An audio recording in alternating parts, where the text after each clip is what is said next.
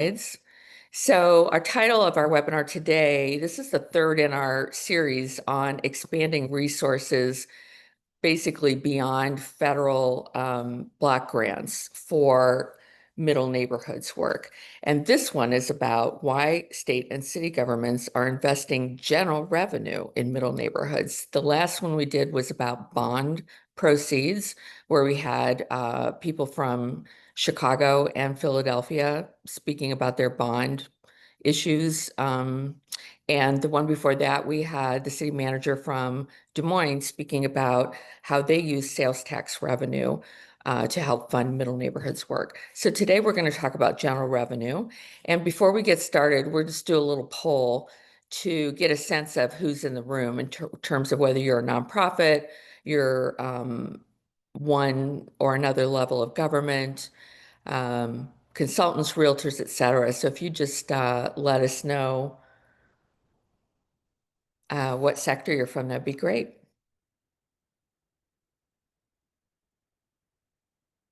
And hello, Kevin from Phoenix. We're neighbors.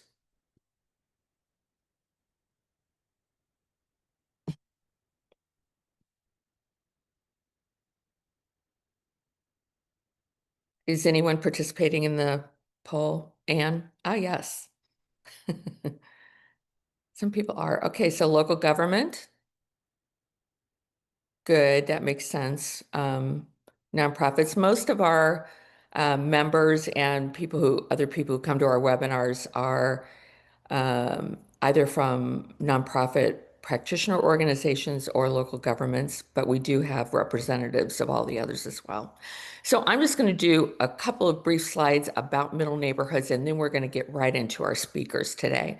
So the Middle Neighborhoods Initiative is an effort that was started maybe 10 years ago, mostly by volunteer effort to mobilize attention on middle neighborhoods, which are neither the most distressed in a city nor are they the healthiest. They tend to be overlooked by philanthropy and policy.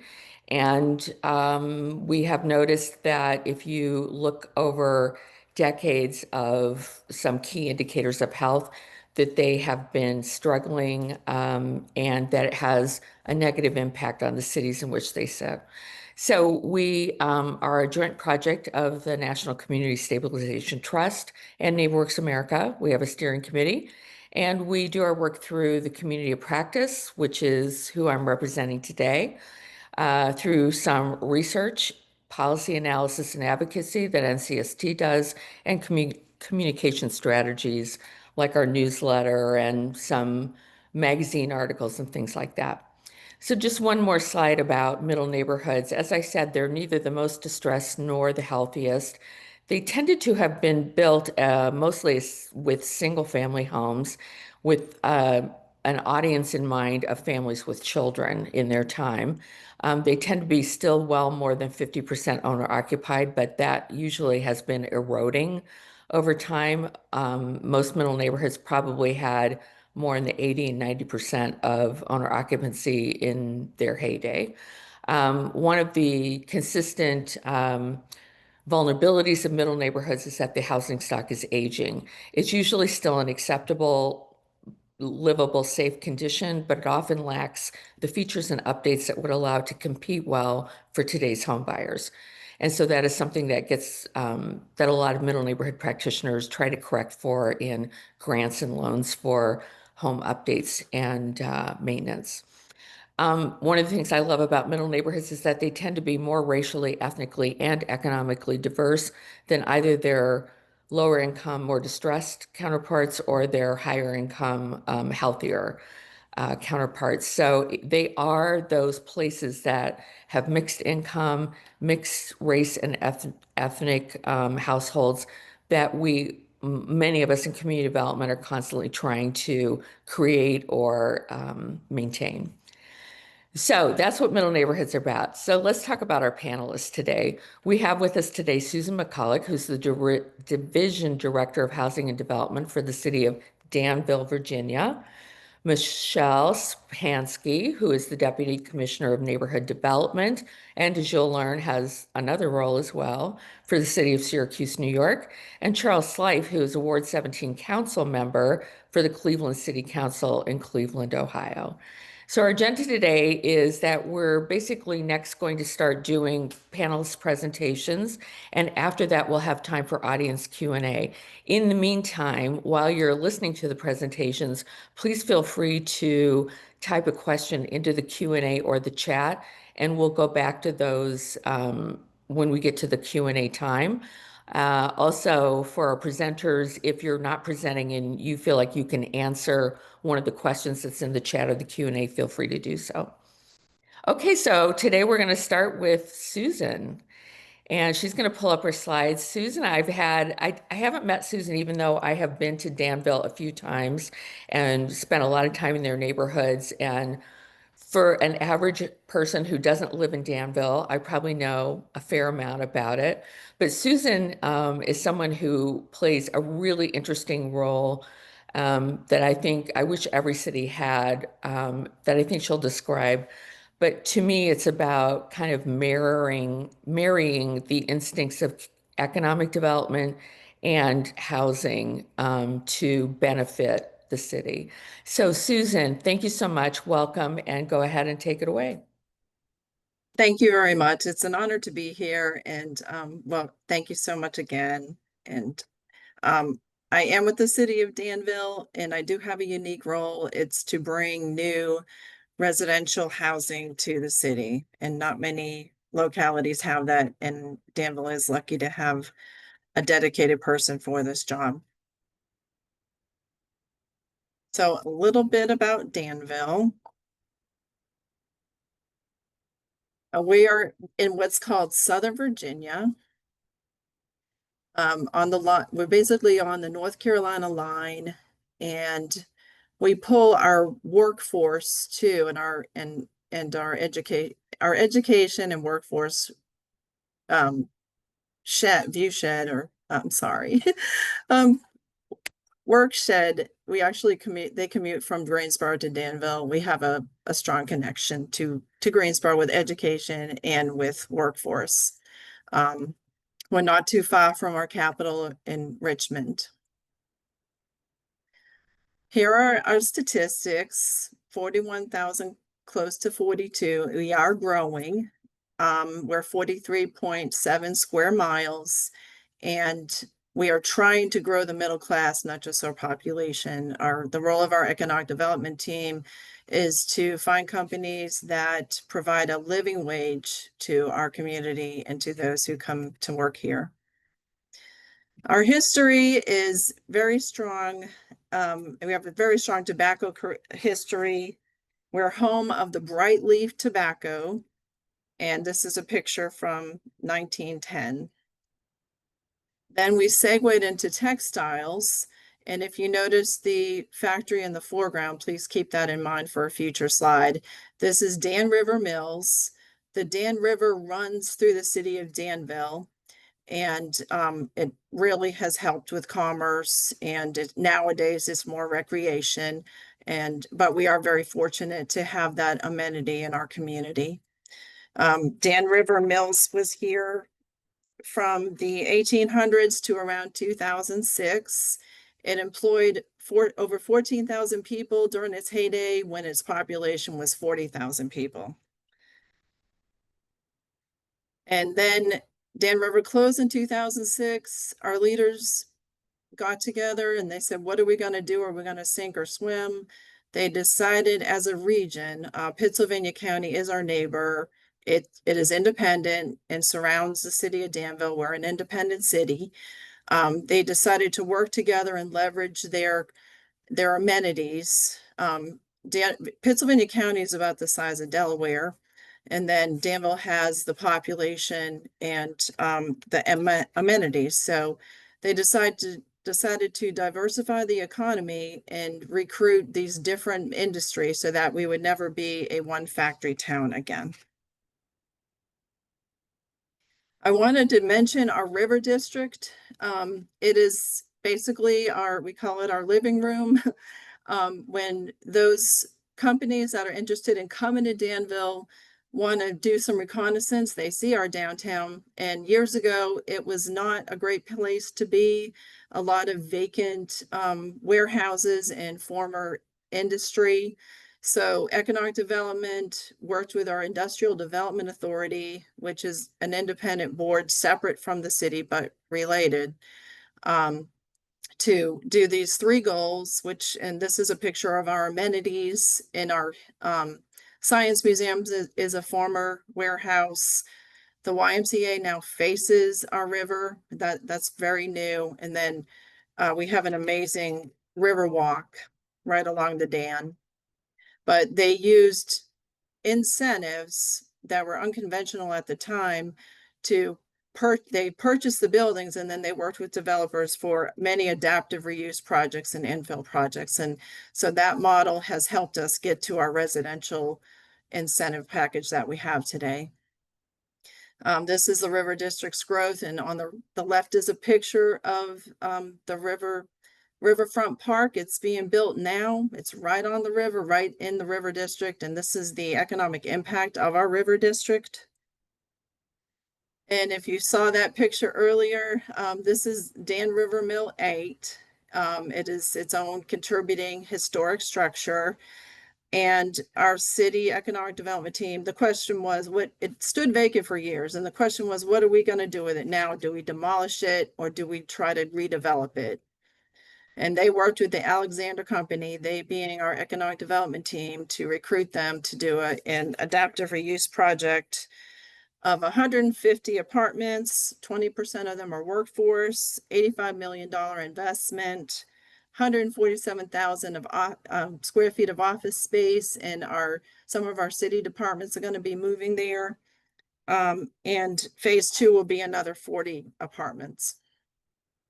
And that has helped chip away at our housing need. We worked with, it's called the Danter Study out of Ohio, to do a current demand analysis and then a future demand analysis, because we knew we had a housing gap, but we didn't know, we couldn't quantify it. So this was a way to work on that problem. You see our current demand, and that's basically from 2008 during the recession to August of 2022. And he compared us to peer cities who were able to continue to develop about the same size and population. So we were behind our peer cities. And this is our future demand, that because of the 3,900 jobs that are coming to the community, this was what the residents will need. So our housing needs snapshot as of September 2023. That's the total graph on the right, but on the left, we have a new graph because there has been a new announcement. And so that has yielded the need for another 801 apartments and 120 homes. This was the announcement in November of 2024, Microporis, a $1.3 billion investment and over 2,000 jobs that's going to be locating in a revenue sharing industrial park in Pittsylvania County, but it's right down the road from Danville. So of course, we'd love for the employees to live in Danville as well as work, and work down the road. I wanted to talk about 2 of our middle neighborhoods today. We have quite a few, but in interest of time, we wanted to focus on Schoolfield Village in the Averett University area. This is Schoolfield Village, back to Dan River Mills. This was its own independent town that was later annexed to the city. If you notice the 3 smokestacks, that will be important in the next slide. It employed most of our city, again, as part of those very large numbers, and it was very vast. And Schoolfield has many buildings there today that shows that it used to be a town, like a little commissary, and there was a Dan River outlet and things like that are now other uses. So Caesars, Virginia, and this is the general revenue part. Our economic development team recruited Caesars, Virginia. On the right, you can see one of the three smokestacks. They are called the Three Sisters. They are all still here. And that's a nod to the history of the Schoolfield Village where Caesars is located. It is a $650 million destination resort and casino with 12 restaurants and bars, including the Gordon Ramsay restaurant, and 320 rooms. Before Caesars came, our economic development team again worked with a consultant called WRT to go and do a lot of citizen outreach to see what they would like the future of Schoolfield Village to be. And they worked together. They developed the Schoolfield Village Master Plan. And a lot of the ideas are being implemented, but part of the plan too is to preserve the existing housing stock and to help this middle neighborhood with it's a lot of there are a lot of bungalows or they call them shotgun homes because this neighborhood served I mean the workers who lived in this neighborhood worked at the Dan River Mills. Also adjacent to Schoolfield Village was the golf course that served the workers at Dan River Mills. And as part of our housing gap, our IDA decided to purchase the former golf course. And we're looking at redeveloping it into around 300 homes of mixed home typologies. But we want to make sure as you drive into the home and as you drive into the new development that you're going to be passing homes that are being taken care of and assisted because the heritage is really strong in that neighborhood. So we did a lot of due diligence. I can talk if anyone has questions about that later, I'd be happy to talk to you about it. But we are talking to developers that responded to an RFI for development of this parcel on behalf of the IDA. Our second middle neighborhood is the Averett University area. And Averett was built in the mid 1800s. On the main street is both, well, I should say both of these neighborhoods are in historic districts, but there are some very gorgeous Victorian homes and well taken care of houses on Main Street as you're going down in front of Averett. The neighborhoods behind it, though, need some more TLC. They're very sturdy brick homes. Functionally obsolete now, I'm sure, but we see them as our affordable housing stock in our middle neighborhoods that need assistance. From a leadership perspective, middle neighborhoods are viewed as affordable housing stock because our market rate homes will sell for a lot more than what is already built. And we want to prevent gentrification, and we want to see all of our middle neighborhoods thriving and preferably with home owner occupied housing stock. They are worth investing in. So our IDA has worked on some residential incentives for qualified projects, and you'll see quite a few are for new construction through the city of Danville's regular ordinance, not through the IDA, is our real estate tax abatement program for historic properties. And that's a declining incentive, 100% of the increase year one on down to 10% in year 10. It's not 190, 80, etc. We are looking at our middle neighborhoods. We're trying to figure out how to help our citizens and how to help them be able to buy new homes, either upsize or downsize or whatever they'd like to do. So from our general fund, we're able to offer down payment assistance and rental deposit assistance, serving those earning from 81 to 95% of our area median income, $5,000 for down payment or closing costs, and $500 grant for rental deposit assistance. And because, as we mentioned, our homes are They're not very energy efficient. Many of our homes are old, very old. And they need repairs, and sometimes it's just too much for citizens to be able to afford. We're looking at that emergency home repair grant program. And we're talking about, modeled after Des Moines, Iowa, a middle neighborhood block grant program. And then we are launching, it's is a little interesting. It's called the First Time Home Buyers Fix Up Fund. We probably could have used Chat GPT to shorten it, but this is for, we have a problem in that, or challenge. Many people are looking at Danville as an investment opportunity to purchase our homes and convert them to short-term rentals. And one of our realtors approached us and said that a grant program for those who are selling their homes to be able to help the buyer qualify for an FHA loan so that they can buy their first time home and be able to compete with an investor. This is an idea for a program that we have, and that will be launching. We're working on the design.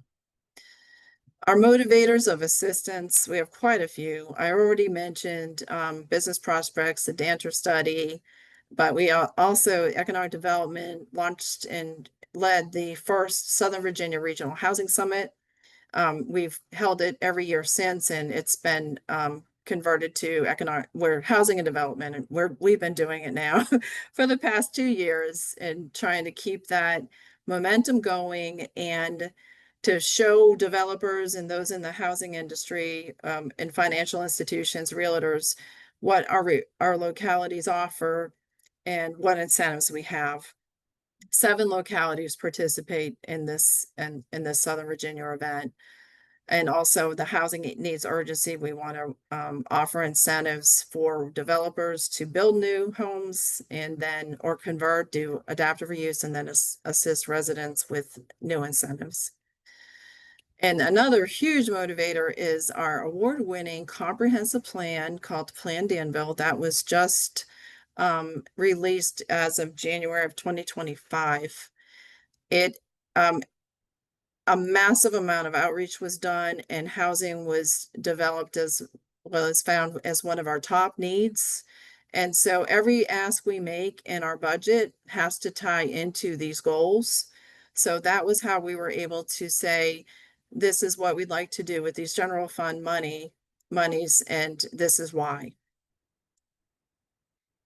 Some advice we have is to gather the data, work with consultants or apply for planning grants for market studies to see what you need, because the data really helps the argument.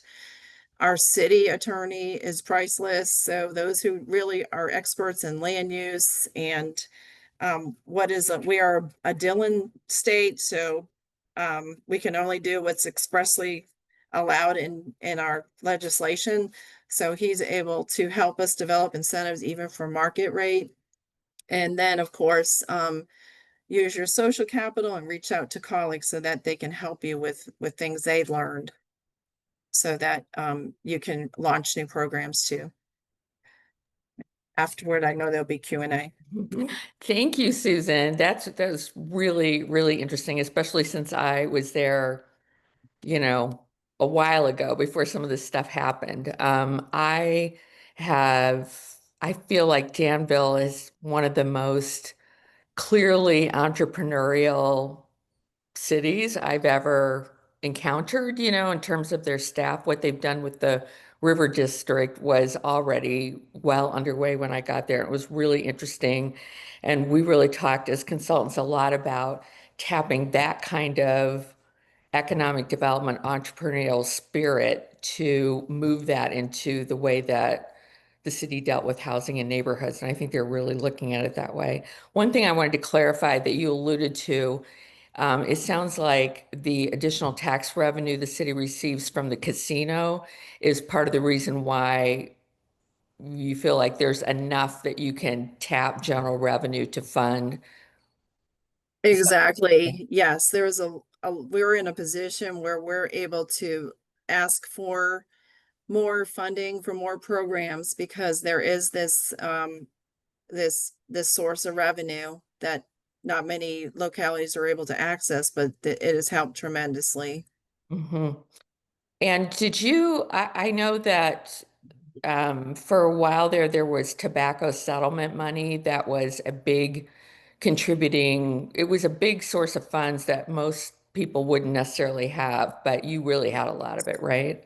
Oh, yes. We still have access to, they've actually, the Tobacco Commission has actually added a workforce housing investment pilot program fund where you can apply for infrastructure funding so that new developments, residential developments can be built. So yes, that Wow. is, so they've actually seen the importance of housing as well as an economic development tool.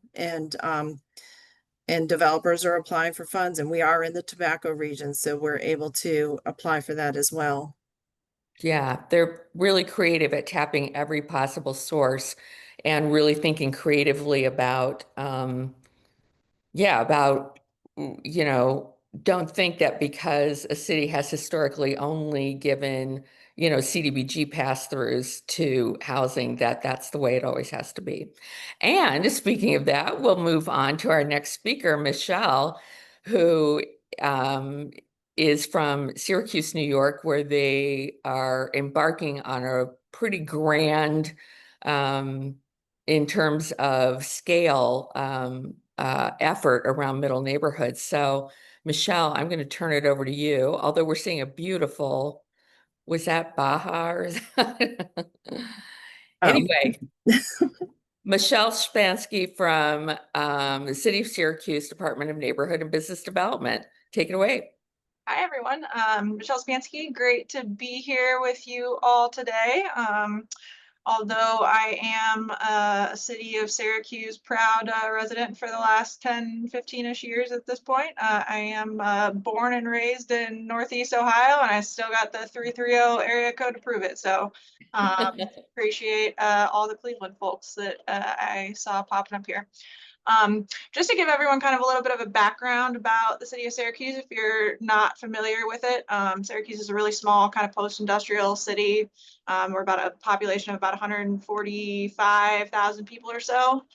We, like many other post-industrial cities, have kind of dealt with the decades of population decline that has been newly in recent years just kind of ticking up a little bit. But I think the reality that we're facing is much like many other places, we're still struggling with quite a bit of concentrated poverty, deferred maintenance, many of the things that probably sound familiar to lots of folks on this call. I think we're also finding ourselves in a place right now where even for considering our size and kind of the challenges that we're dealing with in terms of concentrated poverty, we also find ourselves in a place where we have quite a lot of opportunity at the forefront coming ahead of us. So we are anticipating about a $200 billion investment in semiconductor manufacturing from Micron that is supposed to be built beginning here in the next year or so. We are tearing down a segment of Interstate I-81 that runs through the heart of our downtown. That is a very unfortunate legacy of poor planning choices during urban renewal in the 60s. Coinciding with that highway deconstruction is the complete holistic redevelopment of the adjacent public housing complex that is right next to the highway. It was the first public housing in New York State. So all to say, lots of challenges, but lots of opportunities and ways that we can kind of think about being creative about them. So I think that kind of sets the context a little bit for some of the work that we began doing as far as our housing strategy and kind of thinking about that work comprehensively. City of Syracuse started an effort to kind of take a look at what all of our housing challenges meant beginning in late 2022. So we're about 3 years into that work at this point. Really, our goal was to kind of create a comprehensive plan for thinking about how we would address the whole of those challenges, right? So we were pretty intentional about separating that work into at least 3 kind of separate phases, and then you see 4 phases on here because phase 4, where we're at right now, is really kind of more implementation. But we felt it was really important understanding, again, kind of deferred maintenance combined with deep concentrated poverty and deep affordability challenges kind of owing to that. We really needed to take the time to separate the establishment of kind of quantitative fact-based work from the what do we do about it. So we did a first year kind of project where we were digging into a lot of hard numbers and then kind of checking those numbers with groups of appointed stakeholder steering committees. We had about 60 individuals involved in that first phase of that process who were kind of checking our math, making sure that that was tracking based on kind of lived experience across whether they be housing developers, for-profit, market rate, residents, other neighborhood stakeholders, you name it. At the point that we kind of completed that first phase of the strategy, we were at a point where I think for people that are working in the community development field, likely would have maybe not been totally surprised by the overall takeaways that we had from the study.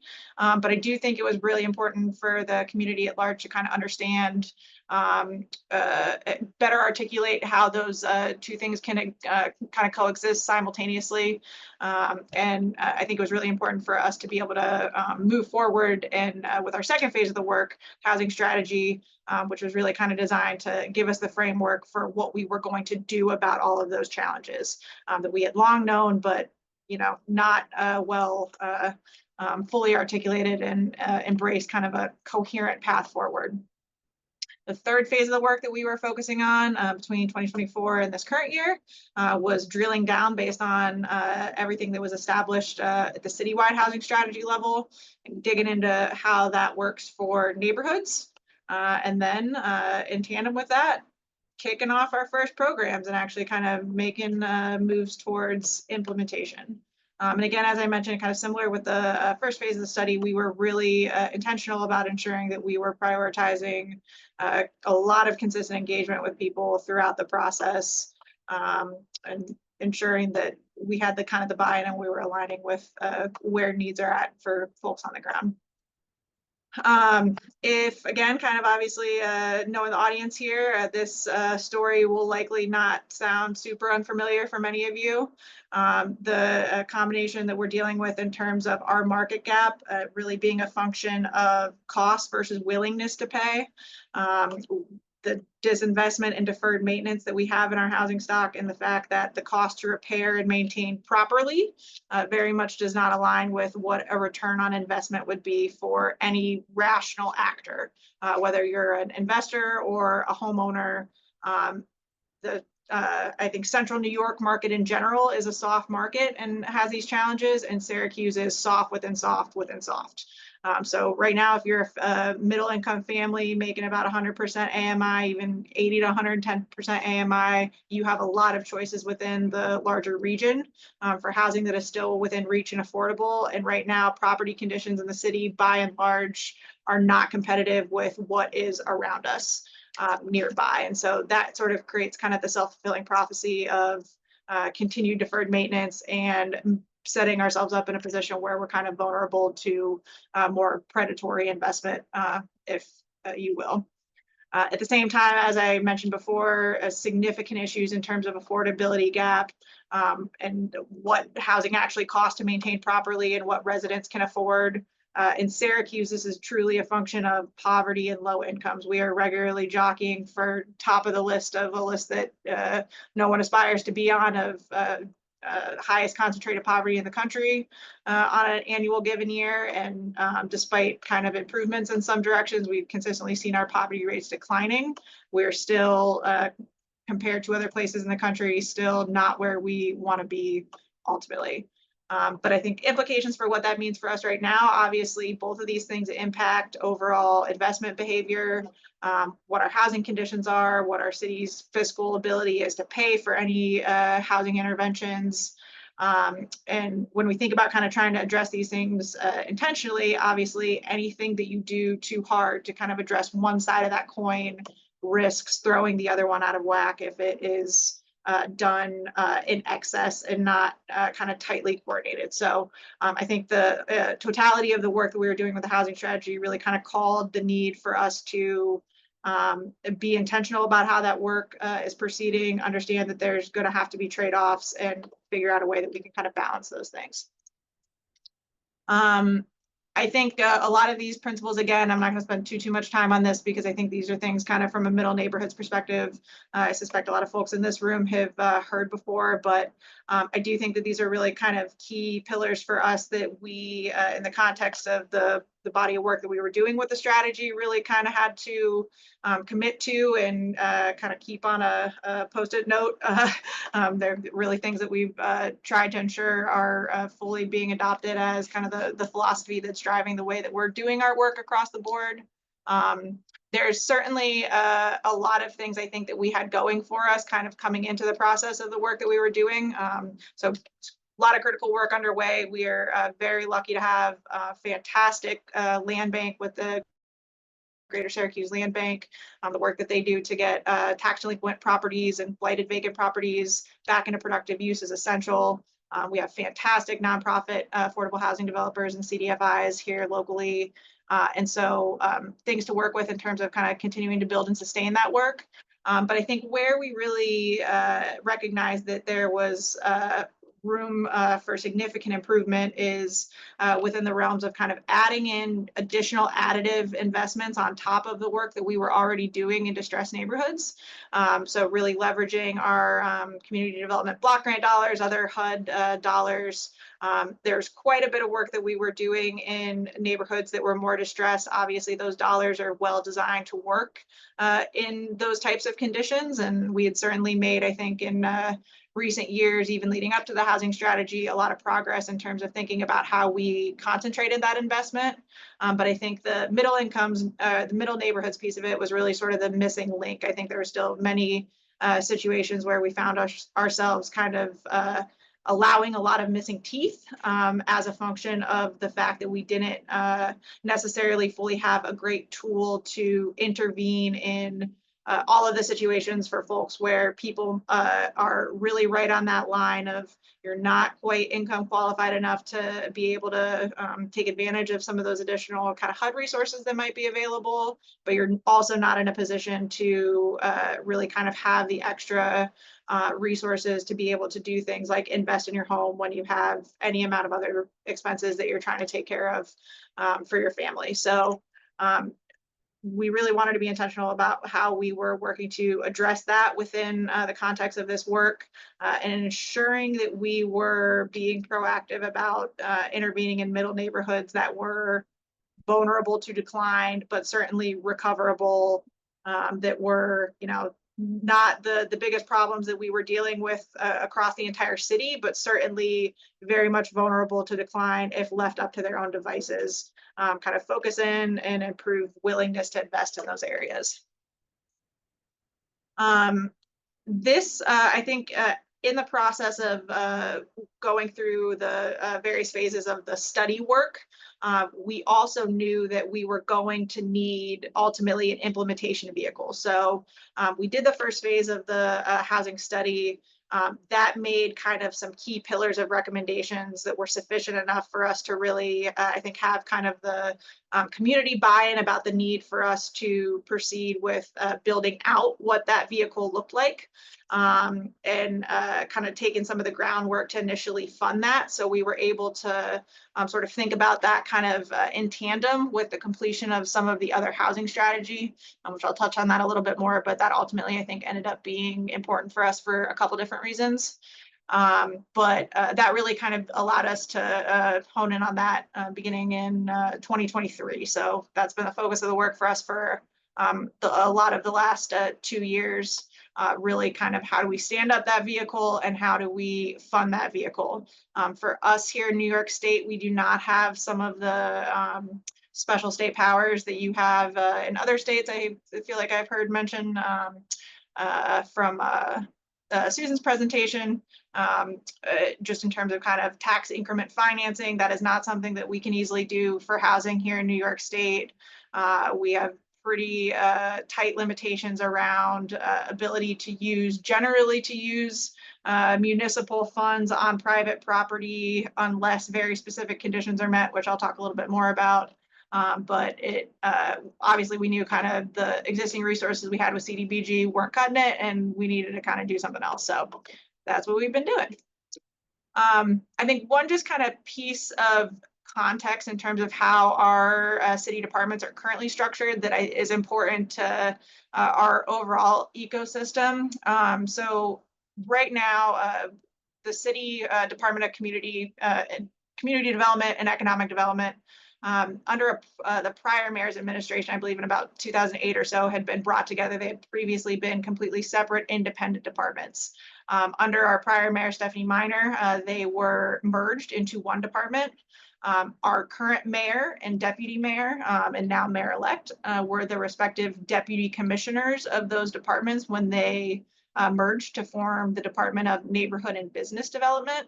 I think that was a really key step in terms of ensuring tighter coordination between both the housing and economic development arms. Obviously, you need both of those things to really kind of coexist and be complementary and ensure that what we're doing on one end is tightly tied and intentional to what we're doing on the other end. So that was a really critical step. I think the then subsequent election of our current mayor, Ben Walsh, he took office in 2018. And I think ever since that time, there's been significant other additional efforts that we've been able to kind of continue to bake that into city operations. I think the best example of that being lots of efforts that have taken place to really improve our permitting processes and our zoning processes. So ultimately, those functions were brought underneath the umbrella of our department within the city charter in 2023. And so we also kind of have, in addition to that, control of all of the various municipal corporations, IDAs, all kind of under the same umbrella. And despite all of that, we still did not have one that was explicitly existing for the purposes of housing, especially for residential housing. So that kind of led us to the path. We established the fact that we were going to need to, in order to kind of proceed with the recommendations that were included in the study, that we would need to look to stand up an additional entity to really kind of do that effectively. I think the timing, and I kind of touched on this a little bit, we were able to start this process kind of in between the completion of the study and the start of the strategy. This was really important for us in terms of allowing us to start the process of fundraising. Obviously, it's not a super attractive ask to outside funders to say, hey, give me money for this thing that doesn't exist and that my council hasn't authorized to have created yet. So that was really kind of an important step in terms of the timing and the pacing for how some of this ended up working. Ultimately, at the end of 2023, we were able to incorporate with the authorization of our city council, the Syracuse Housing Strategies Corporation, as it is now called. It was actually initially called the Syracuse Housing Trust Fund. We subsequently learned that New York State doesn't like the word trust in your name, so that was another good lesson learned. But most critically, kind of the role of the Housing Strategies Corporation. It exists as a local development corporation. Its role is really kind of tied to coordinating fundraising and dissemination of funds that are able to address housing market and affordability needs in the city's residential neighborhoods. So there's kind of several key objectives of what those funds must be used for. But so long as they are positioning us to be able to address a housing market or affordability need, remediate disinvestment and deferred maintenance, help attract new residents to the city and promote economic development, enhance real tax base, it gives us quite a bit of flexibility in terms of how we can use those dollars. We were incorporated of a board that is essentially kind of 50% mayoral appointed, 50% common council appointed. Under New York State law, we're subject to all open meetings, FOIL, all of those types of processes kind of from a public transparency perspective that you would be obligated to with the city council. But we do have the benefit of kind of being a 501c3 nonprofit that really kind of gives us some added leeway in terms of how we can look to kind of secure additional fundraising. As a part of this strategy work for the kind of first few neighborhoods that we decided to be working in, we set a $25 million fundraising goal, of which at this point to date, we've secured about a third of that. So sufficient for us to fully kind of start the work and be in a good shape for approximately kind of 3 years of funding. Of that funding allocation, 2.5 million of it ended up being dedicated city general fund. So we got a one-time seed funding from New York State to help get us started. And then kind of in conjunction as a component of the recommendations of the housing strategy that was subsequently adopted by our council. In the 2024-25 budget year, we were able to receive what we understand to be kind of the first city general fund allocation dedicated to housing for 2.5 million, which was a pretty important milestone for us.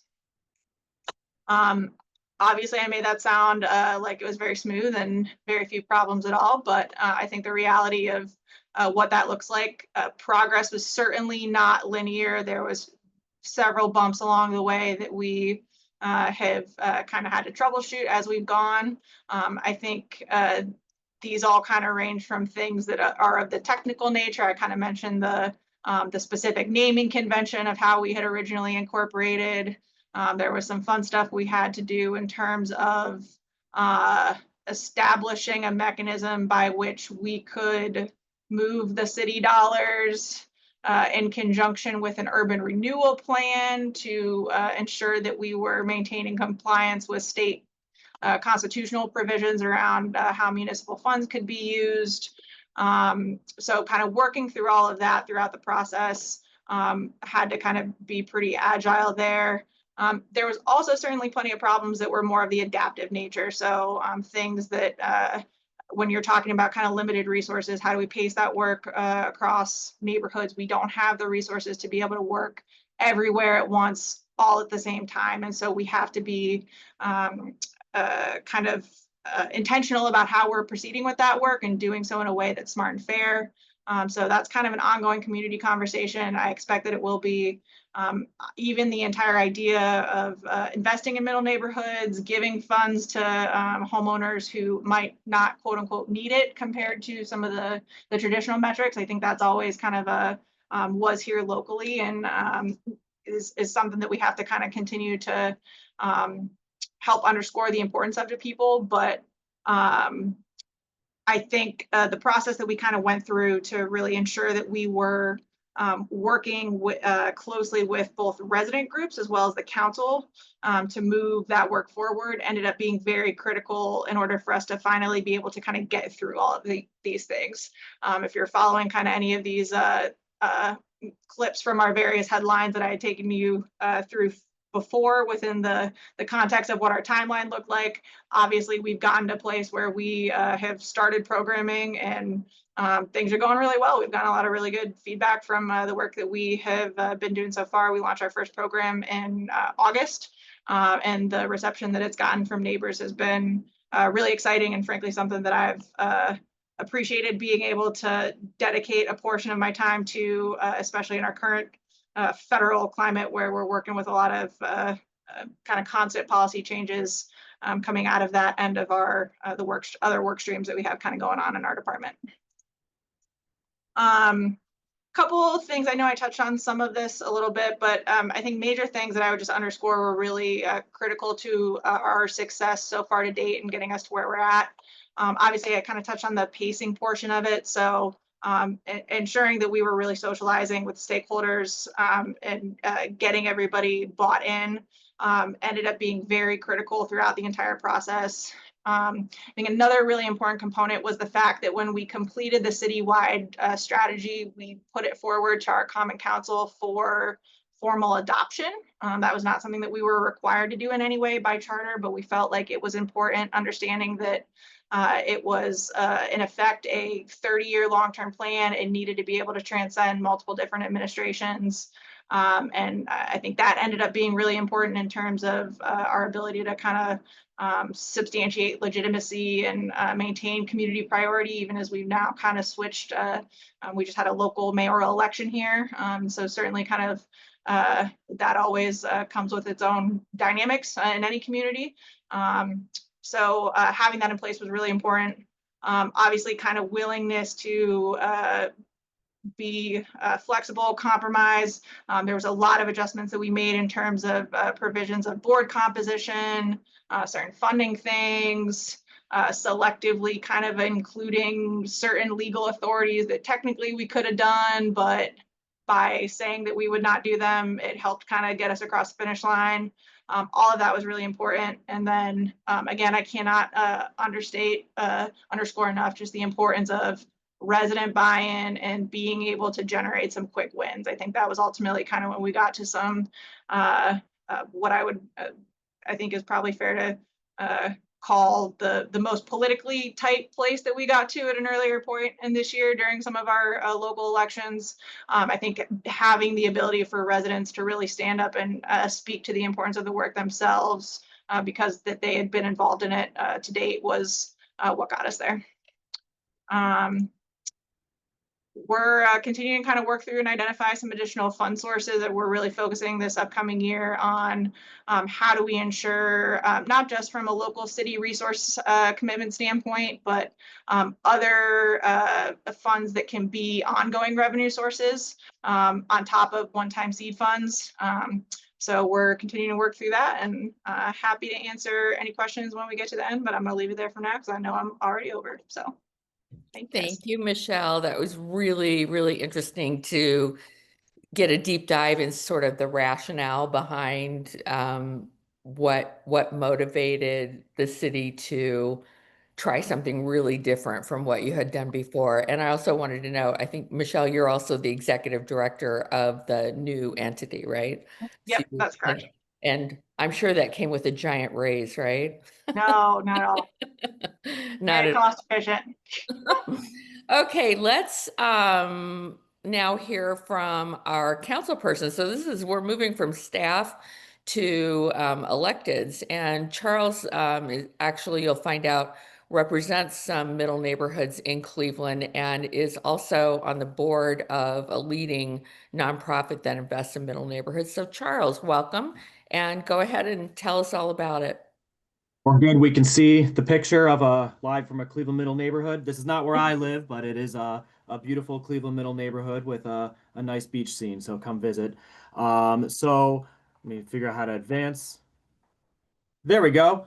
All right. I won't read this verbatim, but it gives a little bit about me. As it was said by Marcia, I'm a trustee of Cleveland Neighborhood Progress, which is an umbrella organization for the community development ecosystem in Cleveland. My wife wanted me to underscore that I'm a husband of one, father of three, not a husband of three. And my brothers, in addition to being an advocate of middle neighborhoods, I'm also a middle child. So I like to think that that's how I came into this work. Happy to be noticed. And my brothers wanted to know what it would look like if you took my headshot and ran it through ChatGPT to make me a Muppet. So I just wanted to share. I think it's pretty fun.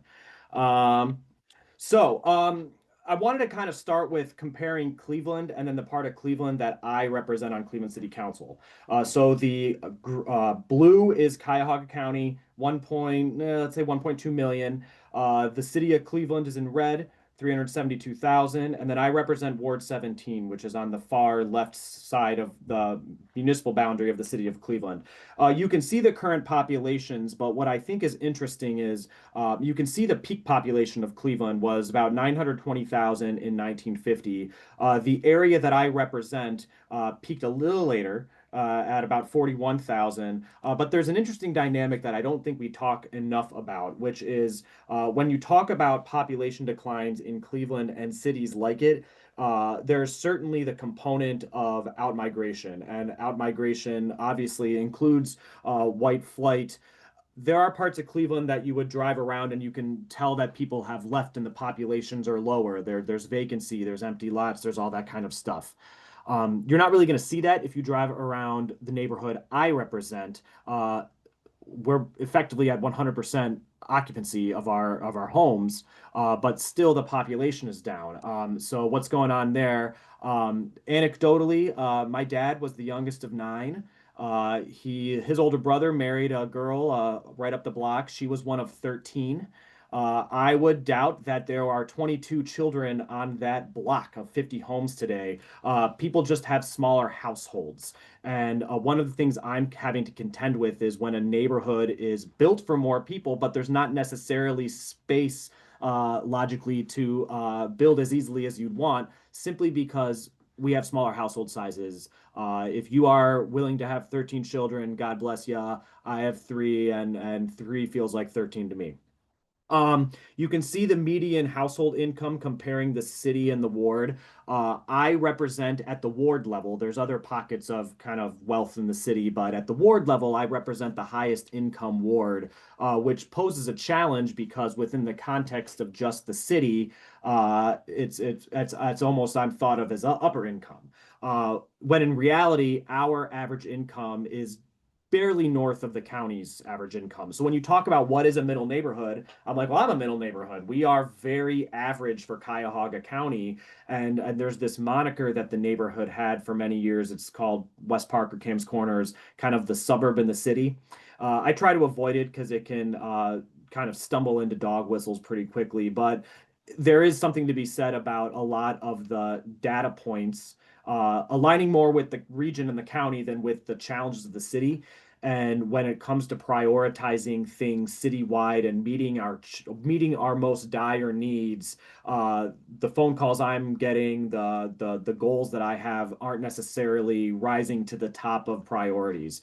I included kind of crime rates when you're kind of comparing where you're going to live and where you're going to raise your kids. I think that the neighborhood I have has a real, something to offer or a value to compared to neighboring suburbs. I'll mention that the 4.3 is probably feels a little high because our neighborhood includes Ohio's largest airport, and weird things happen at airports, but I don't think someone trying to smuggle something through TSA is what's making you feel whether or not it's safe to walk a dog. And then we still do have a high home ownership rate for the city as a whole. So that's just sort of a little bit of how I got into this work, is appreciating what's the reality on the ground for my neighborhood and how does it kind of vary from the city at the aggregate.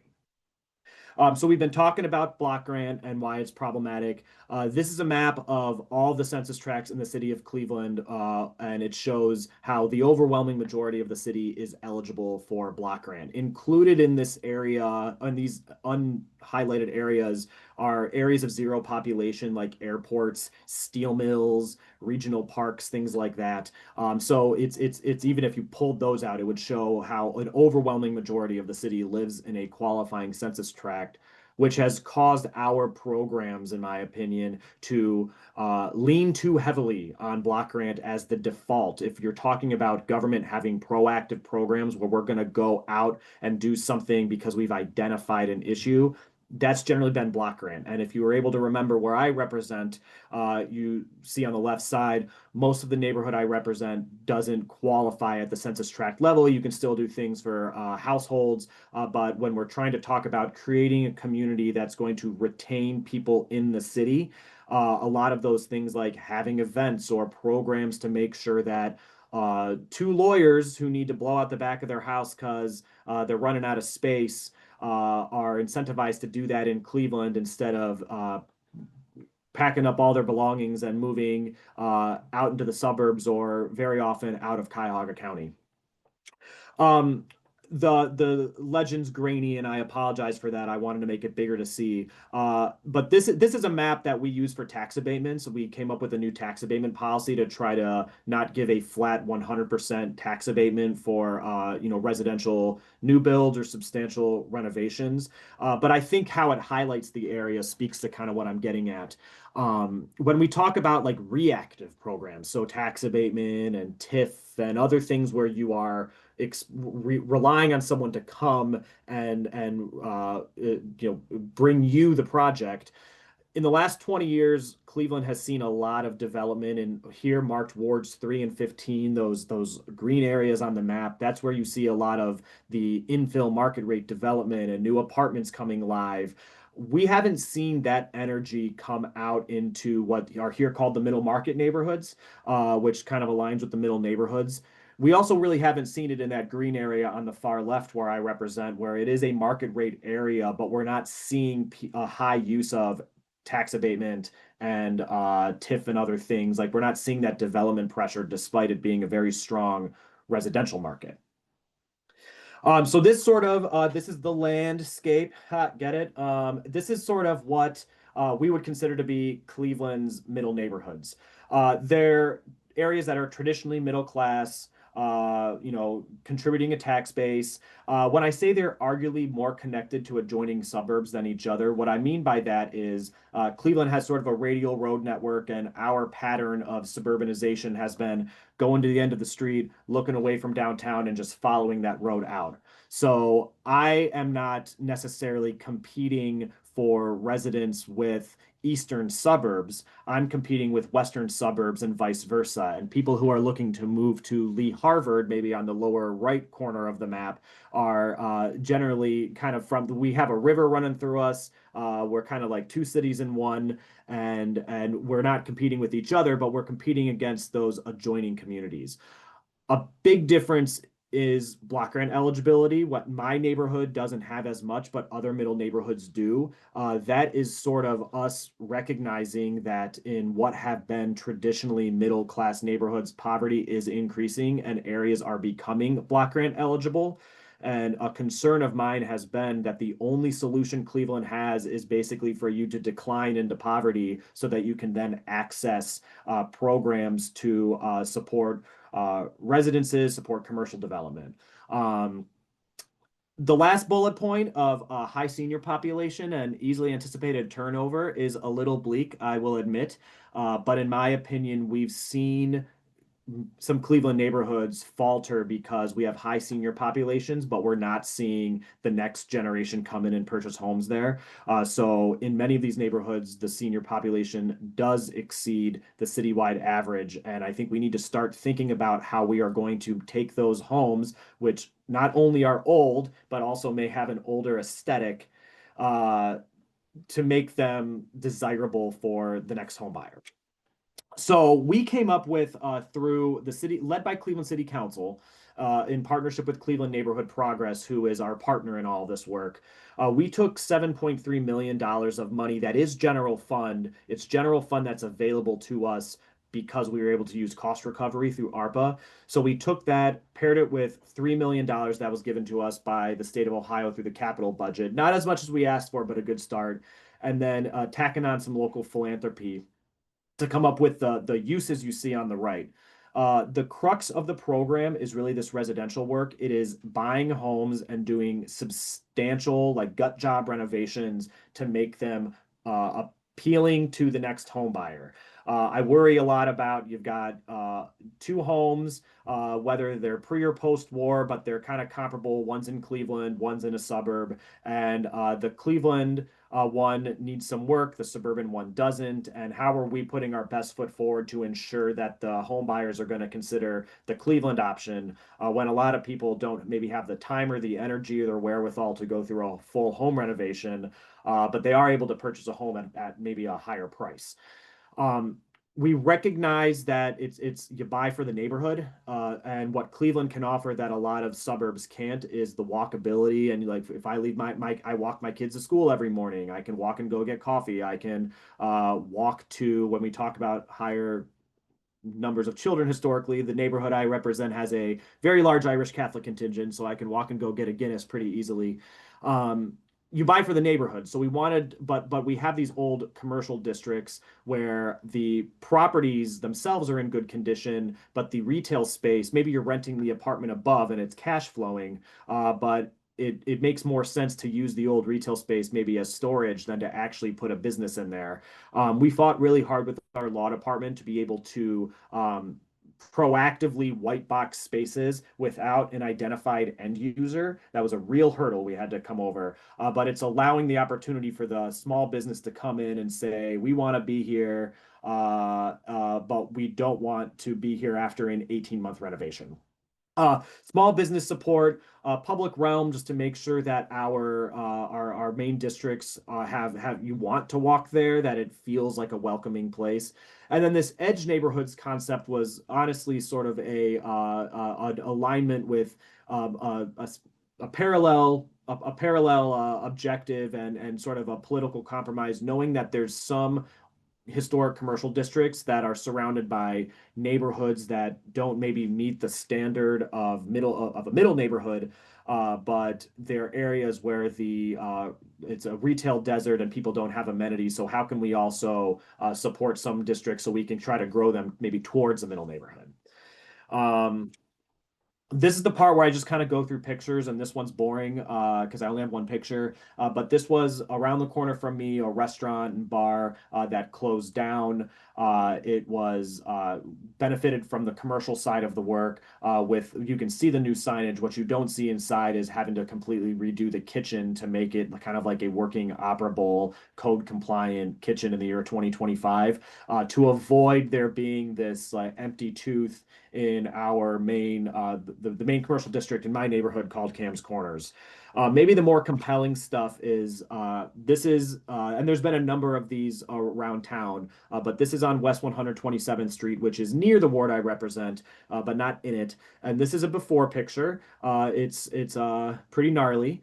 But this is a picture first of, you can see the full gut rehab, and then I put this picture in because I thought it was fun, and my wife said that it makes me look more muscular than I am, so I'm willing to be misleading. It's a little bit of propaganda, but that's okay. This is the end result. And I have just a couple pictures, but you can see it's so much brighter. It's a great example of a Cleveland street. You have a single family home on one side. You have the classic Cleveland up down double on the left. And this is really within like the most densely populated part of the entire city. Couple steps from a high frequency bus line. Like there's a lot going for it here. This is the interior. This was all done by Cleveland Neighborhood Progress with the dollars available. This is sort of looking back that same view. And then this is looking the other way. And then one thing I didn't get good pictures of the upstairs, but some of the work they did is they finished this entire basement. It was MLS would have said it was a 2-bedroom. It was there was an upstairs dormer that didn't have a closet, so it didn't count. So it was really 2 beds, 1 bath if you're looking at MLS. By raising the roof up a little bit, there was a little more room in the eaves to create actually 2 formal bedrooms and a bathroom on the second floor, and then a full bath on the first floor as well, where there's 2 bedrooms. This had a value of $112,000 in 22. It sold this year for $305,000. And our goal behind this is to one, be able to bring in new home buyers and demonstrate that people will spend $300,000 to live on West 127th Street. It's also to encourage something more than just the cheap flip. And as well as creating neighborhood comps. So as we run into issues where we know there are home buyers who are willing and want to move into these neighborhoods, but maybe run into appraisal gaps, that we are able to demonstrate through these comps that this is a good mortgage to give. I intentionally spoke quickly because I will go too long otherwise, but I just wanted to say thank you for listening. I think that cut off at the bottom, but that's okay. But the middle neighborhoods really for me has been a way to fill that gap and to really bring some neighborhoods in Cleveland that have been longer term stable compared to others, to ensure that their stability moves forward. I always make an analogy of muscles atrophying if you don't work them out, and it's been a battle to get City Hall and and others to appreciate the role that neighborhoods like mine can play within the wider ecosystem. And while we're trying to build up the urban core and have the benefits of that expand outward, we can simultaneously reinforce our historically stronger neighborhoods while also building inward, and Cleveland will be better for it. So I'll leave it there. That's great. Thank you, Charles. I love your program array. I have really loved this idea of doing the white boxing in commercial spaces. That's not something I see all the time. And I just like how how able you are, and all three of you, to articulate that the outcome you're seeking is different than strictly what we might expect to do with a HUD grant, which might be characterized as, bringing a property to code compliance and keeping it affordable. And you have a different outcome, which is actually, in your case, Charles, that visual of showing how you're competing with the adjacent suburbs rather than other neighborhoods is really compelling. People are making choices all the time. And I guess I'll launch a question about that to all three of you, which is, what do you think it has taken to get your leadership to value, or maybe they always did, the importance of retaining middle households in your city? I mean, for instance, Charles, have been around people from Cleveland long enough to know that different entities have been selling this message for a few years now, and perhaps all of that work led up to you actually being able to pull together this $10 million project. Do you think it could have happened without all that messaging? What made the I think I have to acknowledge the hard work of Cleveland Neighborhood Progress in being so the city side of this was really led by city council members who sort of felt that amongst many priorities, the priorities we were experiencing on the ground weren't being recognized. And I see the question about gentrification, and I know it's I'm not seeking rapid gentrification and displacement, but it's not sustainable for Cleveland to continue to be usually ranked the poorest large city in the country. We are closing 30 schools. We're in the process of closing 30 schools. We have infrastructure we can't retain. Like we need a tax base. And the way that our tax base is structured is like Cleveland can't just be the repository for all of the region's challenges. And that's sort of what some would have it be, I think, if you follow the logic. I think the coup of being able to get state dollars was demonstrated in a state government that, let me just say, is not friendly to the issues of the urban cores, was really to underscore the commonality between a middle neighborhood in a city like Cleveland or Akron or elsewhere, alongside the challenges being faced by some more like micropolitan cities in Ohio, like a Mansfield or a Springfield, that don't have that are experiencing the same issue, but do not have maybe the affluence of suburbs around them to sort of create a regional economy that can hide it. But I'm interested in hearing from the others. Yeah. Yeah, I'm Michelle? happy to jump in there. I think for us, it's kind of, and some of this I think is a continual kind of ongoing conversation, and will likely be for some time, but it doesn't have to be a zero-sum game. We need to first be able to retain the middle income homeowners that we have before we can attract additional middle income homeowners, and frankly, some also higher income homeowners. I think our current situation in far too many of our neighborhoods, if left to our own devices, is we're doing an awfully good job of displacement because of lack of investment in our housing, and kind of the fact that it is simply not sustainable or healthy to have neighborhoods with the levels of concentrations of poverty that we do in too many places. So I think the more that we're able to kind of set ourselves up and be creative in thinking about how we're pairing different programs and incentives, I think to the question about the role of kind of quick flips, like there is a role to improve investment and kind of quality of the housing stock while also tying it to affordability provisions, as much as there is to have a role for kind of income unrestricted development side by side. I think it's a matter of being intentional about where you're working, making sure that you're working in a way that's kind of addressing the full scope of conditions on a block. So not just kind of addressing in a silo just one specific use case that is conducive to that program. So I think we've made some improvements there here locally. I think as people have been able to see the rollout of some of the programming, and I think particularly what's struck out to several of our board members who were a little bit more resistant at the beginning was the extent to which they particularly saw seniors, I think, getting a little bit more involved in their neighborhoods and just like some of that kind of social cohesion that really I think is kind of the foundation of what makes neighborhoods a good place to live in. Like you're not likely to stay somewhere if you're not getting out and knowing your neighbors, or so little things like that go a long way as well. I like how I've heard this sort of call out before, which is that displacement doesn't only happen through lack of affordability, it also happens through lack of livability in a place, either that there are no move-in structures available to even purchase, or that life on the block is just doesn't compete for other options that you have. That's another form of displacement. Susan, what's it been like to get the city leadership to think that middle neighborhoods are important? Do you think it's been a long time coming, or do you think that they're so economic development focused that that was a natural for them because they see it as a way to recruit employers?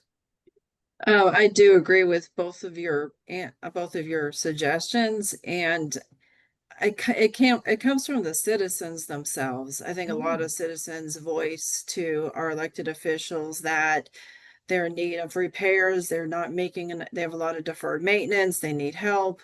And it's come to their attention to the point where they're saying, yes, you're building. A lot of people are saying, yes, you're wanting to build market rate. Our citizens are having trouble affording market rate. What are you doing for everyone else here? And these programs were an answer to that question: is how are we helping our existing citizens keep their homes, maintain their homes, and then be able to move on, downsize or move up, so that they can get their perfect home, the home that they really want. Yeah, yeah. One of the things that I was thinking about, Charles, when you put up the slide of that particular property, and how it became, a completely different situation for that block in that neighborhood, it made me think of probably, I suspect, Michelle, knowing who's been working with you on your housing strategy, that for both of you, there is a level of focus in the work that you recognize is valuable to actually understand what each block looks like and where the missing teeth are and what you're going to do about each missing tooth, depending on what the rest of the block is like. And I've just been my mentors were all about having that level of focus, so I love it. Do you think that's true? Do you think that it's hard to sustain that? Do you think that people try to come up with strategies that they can just announce and people will come forward? Charles, you're unmuted first, so. Yeah, I always forget to mute, but I stay very quiet. I think it's been it's not a learning curve, but sort of a take it as you will experience. I think one of the things, one of the sort of disconnects that we've noticed, and at least in my side of town, is the physical disconnect between where the retail district nodes are and where some of the housing that we're able to get at the right price point is. And when I said that the house that I showed was a little bit east, we're recognizing that just since these conversations began a couple years ago, the real estate market has completely exploded in a different way than we had expected, and we're seeing maybe some of the areas that are maybe on the closer to being on the lower side of a middle neighborhood are where we're able to make more interventions, and that's where we're seeing a lot of home interest, and that's where we're seeing a lot of younger buyers gravitate towards, and that's why I think it's valuable for us to be able to put resources there, and knowing that by stabilizing this area, we're only serving to stabilize the areas adjacent to it even more. Yeah. So Michelle, I'm guessing that you probably have a lot of mapping work already done and you know exactly Oh, where yeah. your missing teeth are and you know the Oh, yeah. average housing value of every block and Yeah, tell us we've about got a lot of that. I think the biggest thing that we did in kind of in conjunction with this project when we first did the housing study phase 1, we did a windshield survey, field scoring of exterior condition scores for every single residential property in the city. So about 33,000 properties total that we surveyed. So we had kind of baseline data for 2023 for those numbers. Our team then went out and rescored all of the properties in the neighborhoods where we were planning to start work initially, just to ensure kind of are we having an appropriate baseline of things that have changed kind of organically since then. I know I live in one of the neighborhoods where we're doing some work, and so I had certainly seen it kind of myself of things that had gone in either direction. I think largely what we saw is that everything that the study predicted to be true was in fact true in terms of some things got a little bit better, but by and large, vulnerability to decline still was a relevant factor. So I think certainly kind of being attentive to what is going to be the best set of tools and to be applied to whatever the situation at hand is with a given property is important. In order to do that, you have to make sure that you're working small, really kind of resisting the temptation, I think, to kind of spread too thin for the sake of doing something a little bit for everyone everywhere. But I think the other thing to kind of keep in mind with that is that does not necessarily mean that every single problem has to get solved immediately. I think in terms of some of our metrics and what we feel like we need to be able to achieve in order to actually kind of close the gap is effectively kind of only about a quarter of the things. If we can reach a quarter, that will be a big win in progress that goes a long way. So it doesn't mean that we don't care about the other 3/4. We certainly do, but when you think about it in terms of kind of like got to walk before you can run, it becomes a lot more feasible that way. Mhm. Well, it's certainly, I think all three of you either talked about or I know you have had extensive studies done that really help you define the problem and probably help you advocate. And I guess I want to use that to segue into our last question from Matthew, which is how can we help to educate our local legislators?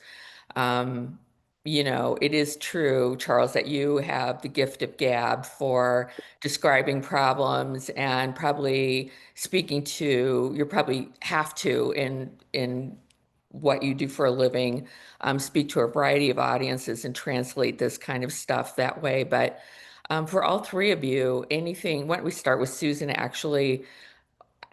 I know, Susan, that you are constantly having one-on-one meetings with developers, with council people, with realtors, with residents, it's like your reason for living. So how do you educate people on these market dynamics and the importance of middle neighborhoods? Just the conversation. I think those one-on-one meetings were able to educate. We're able to say that we are working on solutions, that there'll be a new program geared toward the residents launched, that we haven't forgotten about them. Elected officials, we don't have to, they're amazing, our elected officials in Danville. So they really can educate the public themselves just because they know the studies inside and out, and they understand all of the issues at hand. So it's a matter of, yeah, just calmly and repetitively telling the story, and hoping that they're able to tell other people when they voice concerns, and actually through organizations. We talk at our health collaborative and tell them what's going on with housing, because that link between health and economy is very strongly felt here. So a lot of advocates are in the room during those meetings when we're able to share what's happening. Yeah. Charles, have you taken on, the job of helping your fellow council people understand this stuff or value it? Certainly, and I'll say thank you for the compliment on the gift of the gab. That and my rosacea are the biggest betrayers of my Irish heritage. I think when I brought this idea forward, I will say some of my colleagues didn't realize that I was looking to do a citywide program. They thought that it was narrowly tailored. They were like, "That's a lot of money for just you," and I was like, "No, no," because it was me trying to underscore the commonalities, and I think that while we may experience, I'm probably more easily able to retain and attract residents than some of the other middle neighborhoods. But saying Cleveland used to have a residency requirement. If you worked for the city, you had to live in the city. That was pulled in about 2008. And look, just it's hard to talk about anything in Cleveland without acknowledging that we are affected by redlining and race and all these, like the black middle class right now.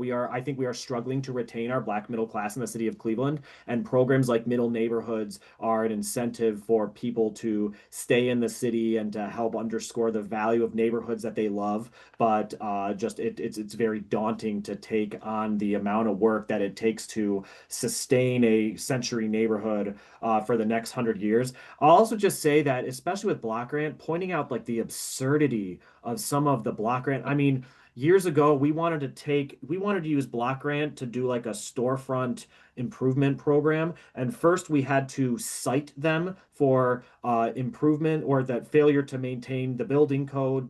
So we had to find a violation, and then they had to respond to the building violation in 30 days. But we had to wait 40 days because it was block grant for the I forget like what the formal name of it, but for the federal government, like the American Indian Council, to verify that we weren't disturbing sensitive issues, which is a very important thing. But when we're talking about a building that was built in 1890, that's I don't know if that's exactly what that regulation is pointing at. And just in the end, we weren't able to do the simple thing we wanted to do because of block grant. We are fortunate to have a great farmers market, and we have a lot of people coming and using WIC and SNAP there, but we shouldn't be having to seek those people out so aggressively solely to bankroll the farmers market. It's good to have a farmers market. So I think pointing out the absurdity of some of the regulations and underscoring the flexibility of general fund dollars shows that you can actually achieve the thing and get the financial benefits of it